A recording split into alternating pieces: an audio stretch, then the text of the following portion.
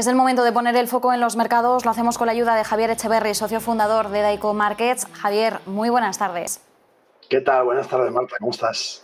Javier, arrancamos el segundo trimestre del año. Cerramos 3 meses que sin duda alguna han sido turbulentos, vertiginosos, marcados por la incertidumbre y por supuesto por una volatilidad a la que ya estamos más que acostumbrados. Lo que no nos gusta, desde luego, es la incertidumbre. La volatilidad la podemos llevar algo mejor, la incertidumbre no tanto.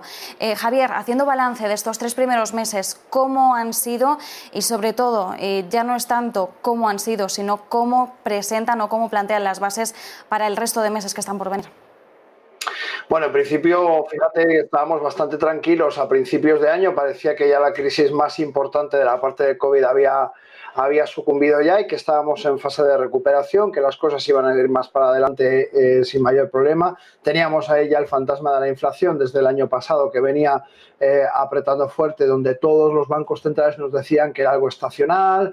Empezábamos a hablar ya de esta inflación de un modo un poco más, quizá un poco más premonitorio, si me permites la palabra, viendo un poco esa posibilidad de que la inflación no fuera tan estacional como nos estaban diciendo. Efectivamente, hemos comprobado que así ha sido y todo esto se ha incrementado con un panorama verdaderamente complicado en cuanto a la guerra de Rusia con Ucrania. Y sobre todo en cuanto al encarecimiento de las materias primas, de todo ese corte de suministros por parte de la Unión, por parte de Rusia hacia el resto del mundo.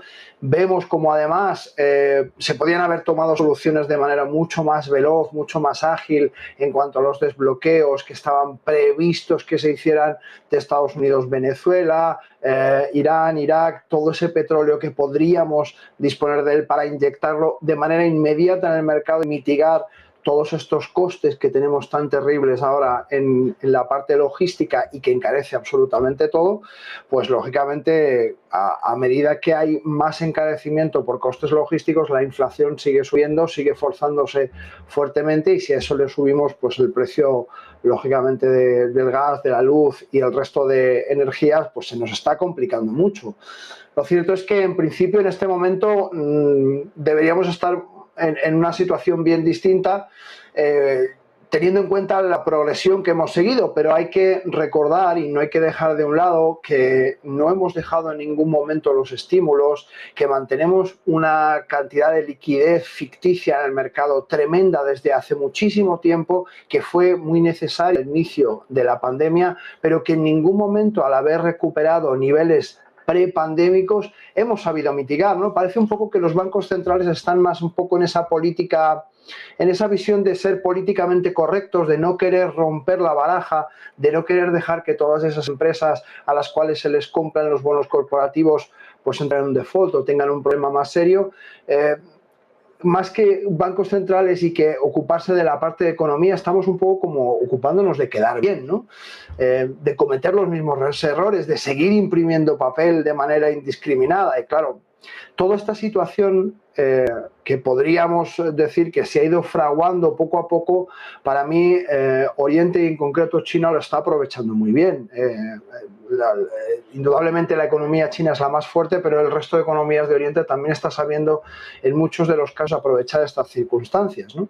Y eso hace que en cierto modo, a pesar que parece que ya se nos ha olvidado la tremenda burbuja inmobiliaria de China con Evergrande, que parece que esto ya pasó y ahora China no tiene ningún problema, tiene problemas estructurales. Su crecimiento durante toda esta situación ha continuado siendo alto, pero ha sido menos alto y con problemas estructurales. Por tanto, casi nuestra idea sería empezar a invertir en China, pero claro, China es una economía muy compleja, muy complicada. Yo he tenido la oportunidad de asistir a la última reunión que ha tenido la plataforma Nihao en España, que es una plataforma que se ocupa básicamente de las relaciones entre Iberoamérica, España y China. Su CEO Laura González me invitó y tenemos un evento el día 5 donde vendrán representantes del Fondo Monetario Internacional, donde habrá distintos embajadores de distintos países, y es que tenemos que entender muy bien cómo funciona esta cultura económicamente hablando, porque no se nos olvide que se ha disgregado de Occidente, que está empezando a abrir sus puertas y que puede tener oportunidades muy interesantes, pero tiene una normativa y unas reglas de colaboración, de trabajo, de inversión bien distintas, ¿no?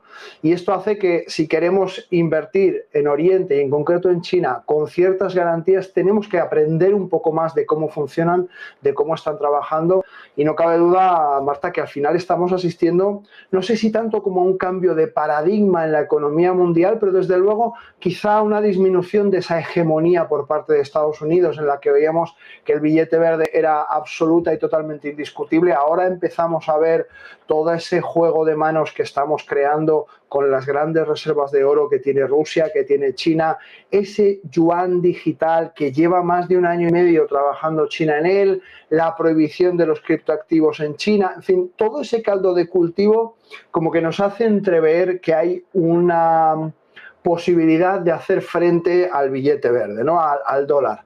Y que, bueno, cuanto menos tenemos que estar informados a la hora de empezar a plantearnos las inversiones para esta segunda mitad del año, en la que todavía no hemos entrado, pero en la que si queremos entrar con buen pie, desde luego ahora es cuando tenemos más trabajo que hacer al respecto, ¿no? Y entender exactamente cómo va a funcionar. De ahí que en Daico Markets nos queremos asomar exactamente pues, a los dirigentes más importantes, afortunadamente gracias a esta plataforma, y a otras empresas de intermediación y de nexo entre Europa y Oriente. Bueno, pues estoy teniendo esa oportunidad para analizar el contexto económico y los mejores vehículos de aproximación en cuanto a inversión profesional se refiere.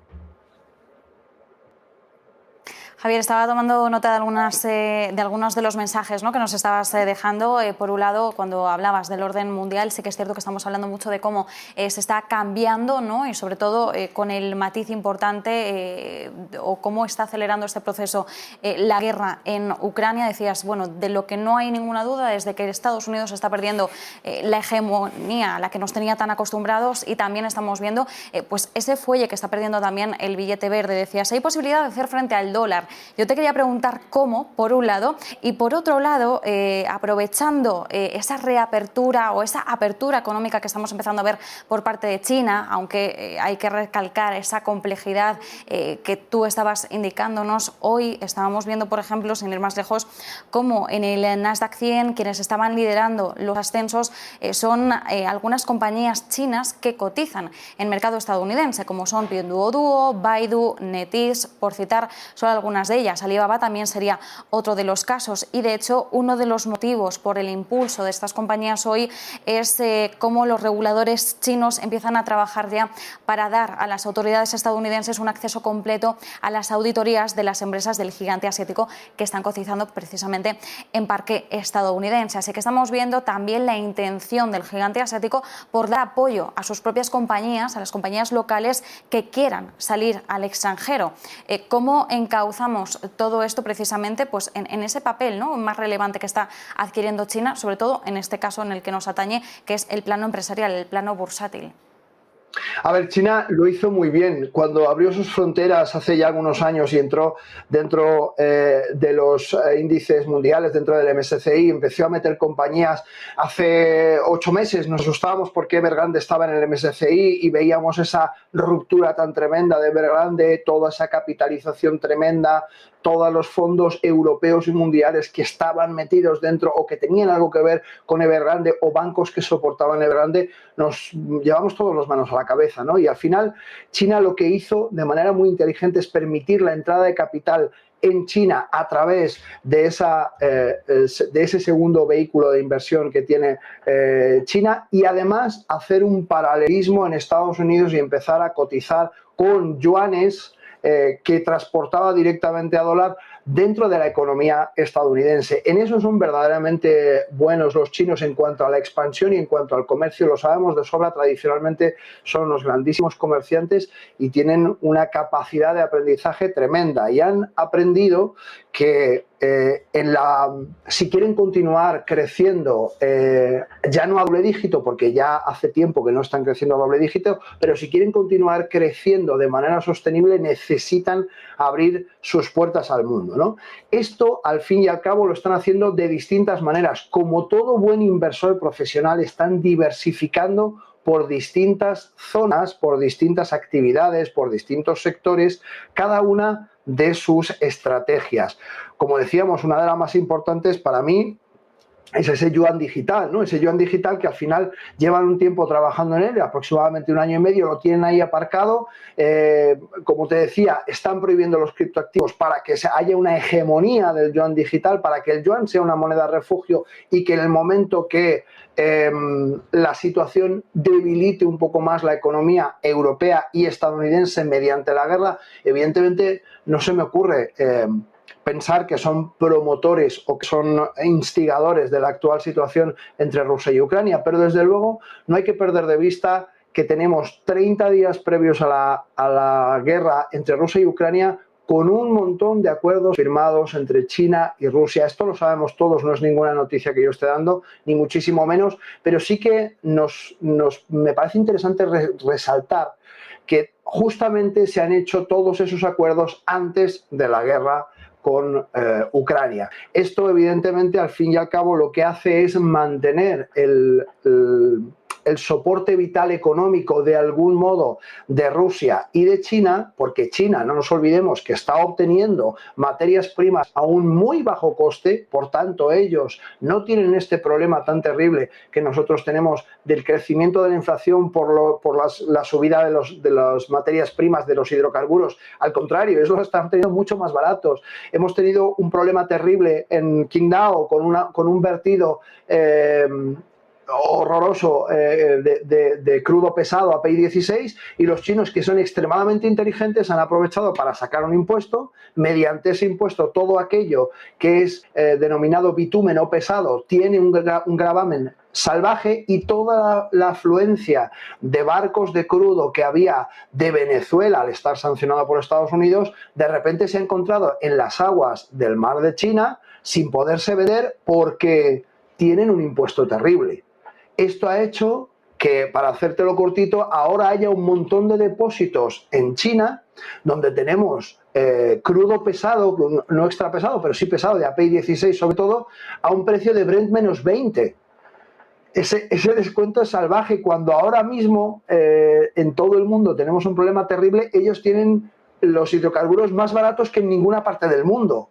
Y esto, al fin y al cabo, no deja de ser una estrategia un poco para colocarse en una posición de ventaja en cuanto al comercio y a nivel internacional. Y por tanto, yo creo que a tu pregunta de cómo lo van a hacer, no te puedo responder con una sola cosa. Hay que ver la foto completa, y la foto completa es muy difícil de podértela mostrar en 5 minutos, ¿no? Pero sí que tenemos esos distintos vectores, ¿no? Por un lado, la parte donde están trabajando con capital chino en Estados Unidos; por otra parte, la parte de los hidrocarburos, donde están acumulando sobre todo crudo pesado y permitiendo que además los crudos ligeros que caducan y que a los 30 días ya no sirven y no se pueden utilizar, pues ellos tengan muchísima más disponibilidad de hacer todos estos diésel y todos estos productos derivados de los crudos pesados.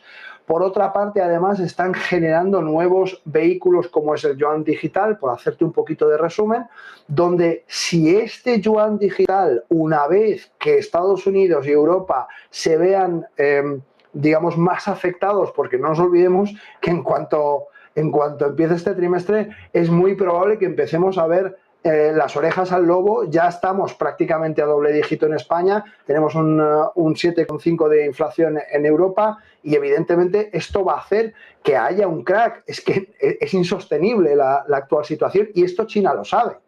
Por tanto, una vez que esto suceda, si ellos respaldan ese yuan digital con las reservas de oro que tienen, ya solamente por sí mismos van a ser un competidor muy potente para el dólar.